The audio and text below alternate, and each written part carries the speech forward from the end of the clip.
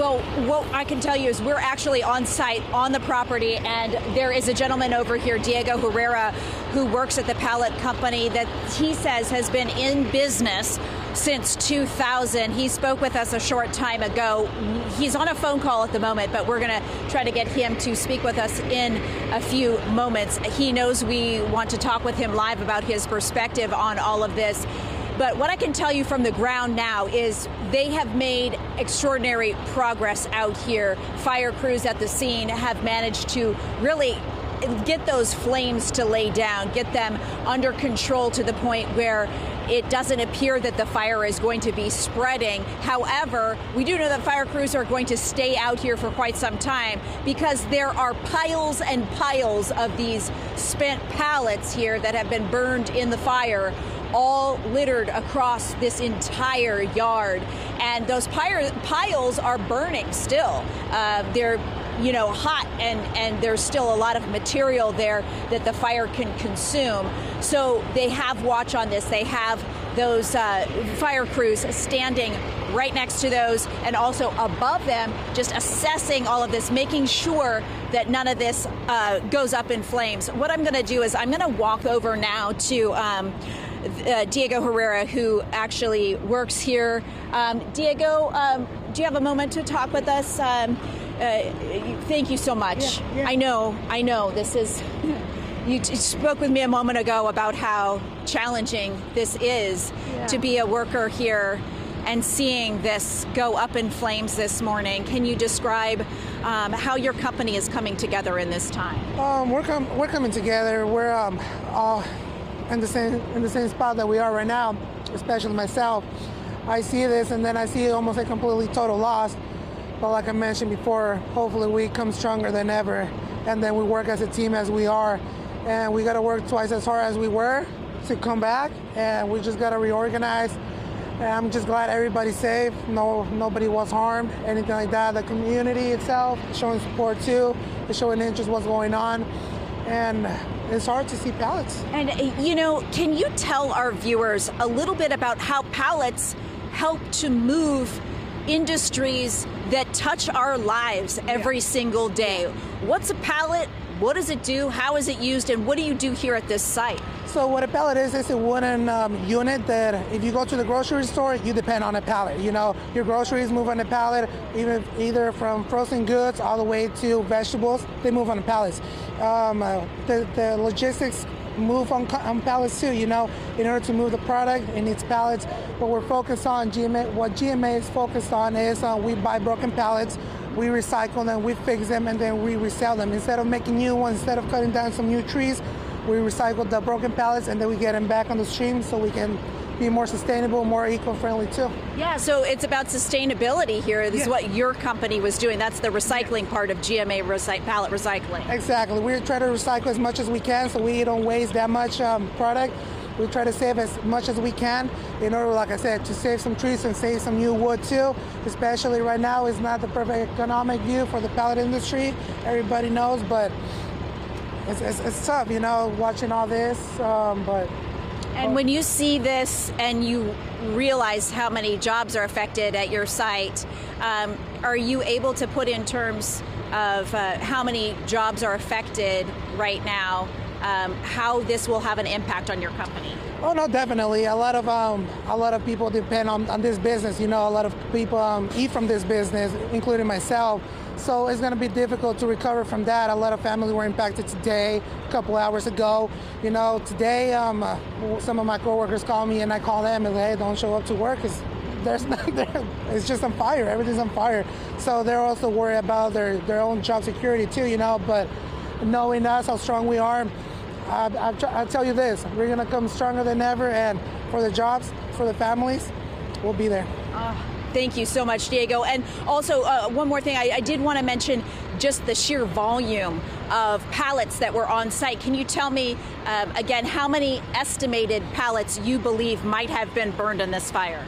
Probably like around 80,000 to 100,000, probably more. I'm not quite sure. We have a lot of pallets in inventory right now since it's stock season, peak season was coming around the corner. Everything was going to go out, but the flames beat us to it. So And you all kept this pretty clear of trees, and you kept a quote-unquote defensible space around your business, right? Yes.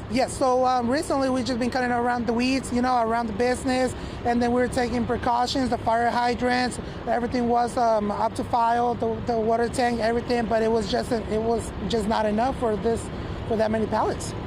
All right. Again, Diego, thank you so much, and I'm so sorry for your loss. I understand this is going to be a very busy several days for your company. We appreciate your time, sir. And then I also want to mention for our viewers who have students at Banta Elementary School nearby, as we have been made aware by the fire crews out here on site, Banta Elementary is closed. We understand it may be somewhat of a shelter space at this point for the folks who have had to have been evacuated and other crews that may need that as a respite area.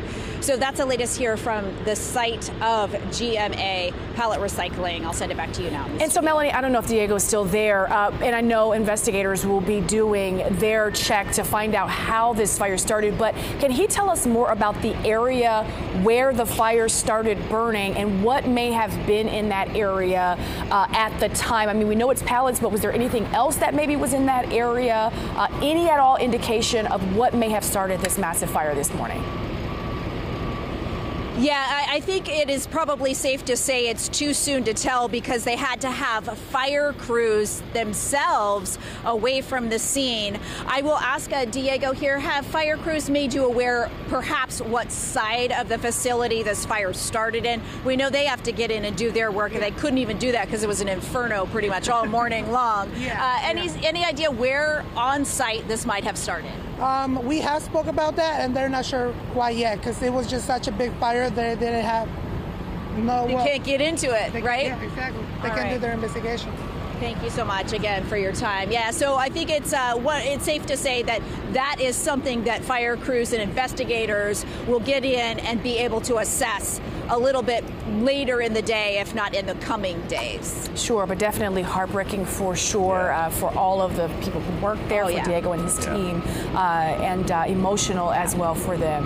Melanie, thanks so much for that live report. All right, and here is a map of that area showing what is around that pallet company on West Grant Line Road. Businesses, homes, very close. And as you heard Melanie say, that elementary school is right across the street. Our team coverage continues now with KCRA3's Mike DeSalle, who has more on the effect of the people living nearby. Good morning, Mike.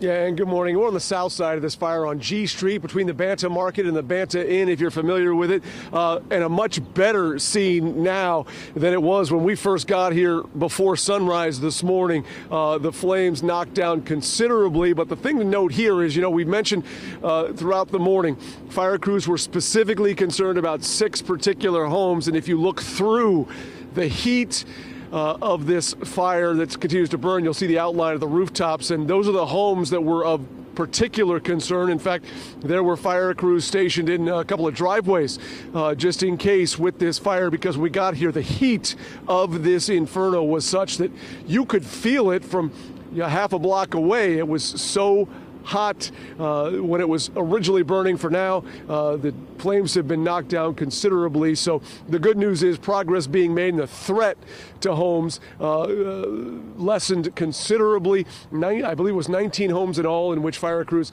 alerted residents, but there were 6 in particular they were really concerned about. The good news, though, is, again, as devastating as this fire is for the business, it has largely been contained to the business itself. Now, there is also the other vantage point from this fire. That's for commuters. Take a look, because I love showing this video, because if you are a morning commuter who heads towards that Tracy Triangle area from Stockton, Lathrop, this was your view. You could see this fire clearly from the interstate coming from Lathrop. That's when we first saw the real definitive glow coming from the freeway. But coming back out here live, a very different scene. As you can see, progress being made on this fire. Much less of a threat than when we first got here. That's the good news for those with homes and businesses around this pallet news. But again, Melanie covering the biggest devastating news here, and that is for the business itself from this fire that fortunately appears to be moving now in the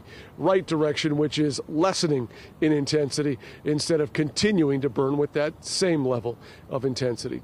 So that's the situation here from the south side of the fire. Of course, it still is impacting those driving in this area. So